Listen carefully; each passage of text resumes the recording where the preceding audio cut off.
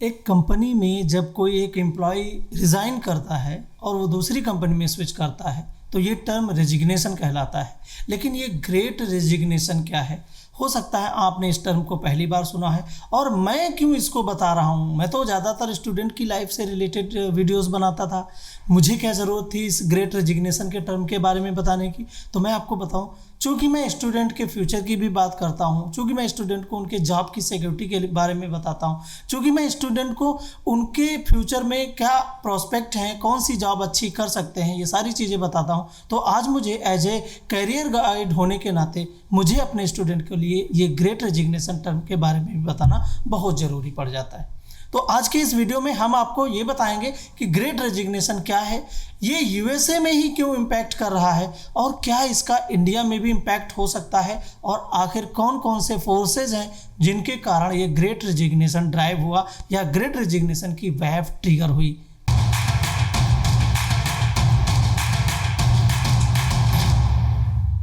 दोस्तों नमस्कार, मैं BD Verma, content creator, counsellor, life coach और ट्रेनर, आपका इस वीडियो में हार्दिक स्वागत करता हूं। ग्रेट रेजिग्नेशन ये एक ऐसा टर्म है, इसका मतलब ये है कि जब बहुत ही भारी मात्रा में किसी सर्टेन इंडस्ट्री से, किसी सर्टेन मार्केट से या किसी भी सर्टेन कंपनी से लोग रिजाइन करते हैं तो ये टर्म ग्रेट रेजिग्नेशन बन जाता है। अभी हाल ही में यूएसए के लेबर डिपार्टमेंट ने एक डेटा रिलीज किया कि अकेले जुलाई के महीने में यूएसए में लगभग 4 मिलियन लोगों ने, 4 मिलियन एम्प्लॉयज़ ने रेजिग्नेशन में पार्टिसिपेट किया है। इसका मतलब लगभग 40 लाख लोग अपनी नौकरी को छोड़ करके या तो किसी और कंपनी में स्विच कर गए, या वो अपना बिजनेस स्टार्ट कर रहे हैं, या वो सेल्फ एम्प्लॉयमेंट बन रहे हैं, या वो कोचेज बन रहे हैं किसी सर्टेन ऑर्गेनाइजेशन में, या वो अपना खुद कोचिंग का बिजनेस स्टार्ट कर रहे हैं।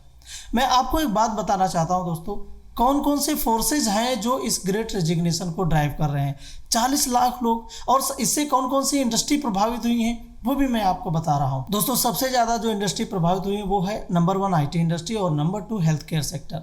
हेल्थ केयर सेक्टर में लोग इसलिए स्विच कर रहे हैं क्योंकि वहाँ पे जो कोविड पैंडेमिक आया उसकी वजह से लोगों ने जो स्ट्रेस फील किया है, अब वो ये चाहते हैं कि मैं या तो कोई ऐसी जॉब करूं जहां पे मुझे इस तरह की स्ट्रेस ना पड़े, या वो ये चाहते हैं कि उन्हें एक बेटर एक्सपोजर मिले। दूसरा जो है वो आईटी सेक्टर। आईटी सेक्टर में डिमांड ज़्यादा हो गई है एम्प्लॉयज़ की, और इस वजह से एम्प्लॉयज़ स्विच कर रहे हैं एक कंपनी से दूसरी कंपनी में। अभी एक डेटा निकाला था किसी ने, उसमें मैंने ये पढ़ रहा था कि अराउंड सीनियर मैनेजर के जो आईटी प्रोफेशनल्स हैं वो सीनियर मैनेजर के लेवल पे जाते जाते 60 से 70 लाख पर एनम तक की रिक्वायरमेंट उनको मीन्स उन्हें डिमांड दी जा रही है, उन्हें बुलाया जा रहा है कि 60 से 70 लाख के पर एनम पे आप स्विच ओवर कर दीजिए हमारे यहाँ पे आकर के। क्योंकि कुछ ऐसे स्टार्टअप्स हैं, कुछ ऐसे यूनिकॉर्न्स हैं जिन्हें बहुत ही ज़्यादा बेनिफिट हो रहा है, बहुत ही हैफ्टी प्रॉफिट कमा रहे हैं, और इस हैफ्टी प्रॉफिट कमाने की वजह से वो एम्प्लॉयज़ को अपने पास बुला रहे हैं और एक अच्छा हैंडसम अमाउंट, हैंडसम पैकेज दे रहे हैं। जब मैंने रिसर्च की, मैंने जब देखा, कई आर्टिकल्स पढ़े इस बारे में, तो मुझे 2 रीज़न पता चला। सबसे पहला रीज़न है वो सैलरी या इकोनॉमिक फोर्सेज आप कह सकते हैं। देखिए, हर इंसान को अपना ग्रोथ पसंद है, हर इंसान को अपनी जॉब के साथ साथ में उसके सैलरी इंक्रीमेंट और उसके पर्क्स वगैरह अगर इंक्रीज़ नहीं होते हैं तो वो किसी एक सर्टेन कंपनी में लॉन्ग टाइम तक स्टे नहीं कर सकता है। तो स्विच तो करना ही पड़ेगा उसको, और स्विच करने के लिए उसे जब हैंडसम अमाउंट, हैंडसम पैकेज मिलेगा तो ऑब्वियसली स्विच करेगा। कोविड-19 पैंडमिक के बाद में उन्हें बहुत ही स्मार्ट और बहुत ही अच्छे एम्प्लॉयज़ नहीं मिल रहे थे, जिसलिए उन्होंने पैकेज बढ़ा करके लोगों को डिमांड करनी शुरू कर दी। बीच में एक ये भी हुआ था कि जब कोविड-19 पैंडमिक हुआ था तो बहुत से एम्प्लॉयज़ को अपनी सैलरी से, अपनी जॉब से हाथ धोना पड़ा था, और वो स्ट्रेस और टेंशन के माहौल में जी रहे थे। बट उसके बाद जिन लोगों की स्किल थी, इन्होंने अपनी स्किल को इम्प्रूव किया, सर्टेन टाइप्स की स्किल्स बढ़ाई। आईटी इंडस्ट्री में भी लोग कहते हैं कि अगर आप ऑटोमेशन की स्किल्स नहीं सीख पा रहे हैं तो आप आईटी इंडस्ट्री में सस्टेन नहीं कर पाएंगे। आईटी इंडस्ट्री में आपको आर्टिफिशियल इंटेलिजेंस, मशीन लर्निंग, इस तरह की जो नई कोडिंग लैंग्वेज है, इनके बारे में आपके पास सर्टिफिकेशन ज़रूरी होना चाहिए। क्योंकि अगर आपको कम्पीट करना है, किसी कंपनी को भी अगर आगे बढ़ना है, तो उसके एम्प्लॉयज़ के अंदर इस तरह की स्किल ज़रूरी आ रही है। इसे हम एक डिजिटल स्किल का भी नाम दे सकते हैं। तो आईटी इंडस्ट्री में जो स्विच ओवर करने का प्रॉब्लम है वो ये है कि जब भी इकोनॉमिक फोर्सेज जो ड्राइव करते हैं, मीन्स जब भी किसी को सैलरी का हाई इंक्रीमेंट मिलता है तो वो किसी एक जगह पे नहीं टिक सकता। और बहुत से ऐसे लोग हैं जिन्होंने अपनी नई स्किल्स बिल्डअप की इसके दौरान में, इस कोविड-19 पैंडेमिक में, वर्क फ्रॉम होम के दौरान में, और वो नई चीज़ों में जा रहे हैं। आपने MBA चाय वाला के बारे में तो सुना ही होगा वो MBA कर रहे थे और MBA करते करते उन्होंने अपनी चाय की दुकान खोली और उसके बाद में वो आज की डेट में लाखों रुपए कमा रहे हैं महीनों में।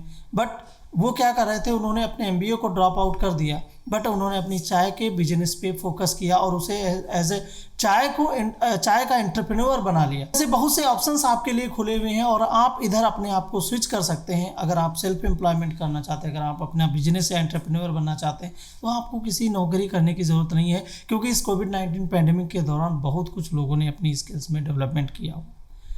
ये इकोनॉमिक फोर्सेस तो है। अब हम बात करते हैं एक और फोर्सेस की, और वो है कि एक रिसर्च की गई और उसमें ये पाया गया कि जो एम्प्लॉय है वो ये नहीं चाहता है कि उसका बॉस जो है उसकी वैल्यू ना करे, उसको अंडर वैल्यू किया जाए उस ऑर्गेनाइजेशन में, उसके वर्क को अप्रिसिएट न किया जाए। और इस वजह से भी बहुत से लोग वहाँ से ड्राइव कर रहे हैं, अपने उन बॉसेस से सेटिस्फाइड नहीं है। और कई बार ऐसी रिसर्च हुई, इंडिया में भी ऐसी रिसर्च होती है, तो ये पाया जाता है कि बहुत से ऐसे लोग हैं जो अपनी नौकरी मजबूरी में कर रहे हैं, बट वो अपनी बॉस से, अपनी कंपनी से सेटिस्फाइड नहीं। तो मैं आपसे एक बात कहना चाहता हूँ, अगर आप एम्प्लॉय हैं तो जाहिर सी बात है कि आपको बेहतर ऑर्गेनाइजेशन में, बेहतर एनवायरनमेंट में स्विच करना ही चाहिए। और अगर आप बॉस हैं और आपको लगता है कि आपके यहाँ एम्प्लॉय टर्नओवर हाई हो रहा है, तो आपको थिंक करने की ज़रूरत है, आपको कैपेबिलिटी इंक्रीज़ करने की ज़रूरत है और आपको एक बेहतर लीडरशिप स्किल बढ़ाने की ज़रूरत है। अगर आपको लीडरशिप स्किल की बात करूं तो मैं आपको इतना ही कहना चाहूँगा कि आप अगर चाहें तो एम्पैथी को लर्न कर लें। ये जो एम्पैथी है ये सबसे इम्पॉर्टेंट है लीडरशिप स्किल आज की डेट में। अगर आपके अंदर एम्पैथी नहीं है तो आप एम्प्लॉय को अच्छे से डील नहीं कर सकते हैं और आप फिर उसमें वहाँ पे नेगेटिव इमोशंस को ज़्यादा वैल्यू देंगे और पॉजिटिव इमोशंस के साथ अपने एम्प्लॉय को ट्रीट नहीं करेंगे। अगर आप इमोशनल इंटेलिजेंट लीडर बनना चाहते हैं तो मैं आपसे इतना ही कहना चाहूँगा कि आप अपने आप को बदलना शुरू कर दीजिए। और उसके लिए मैं आपको ये बुक EQ लीडर है, ये स्टीवन जे स्टेन ने लिखी है, बहुत ही बेहतरीन बुक है। एक आपको टॉप इमोशनल इंटेलिजेंट लीडर बनाने के लिए बेहतरीन बुक है, इसे ज़रूर पढ़िए और आप देखिए आपके ऑर्गेनाइजेशन में हाई टर्नओवर बिल्कुल गायब हो जाएगा।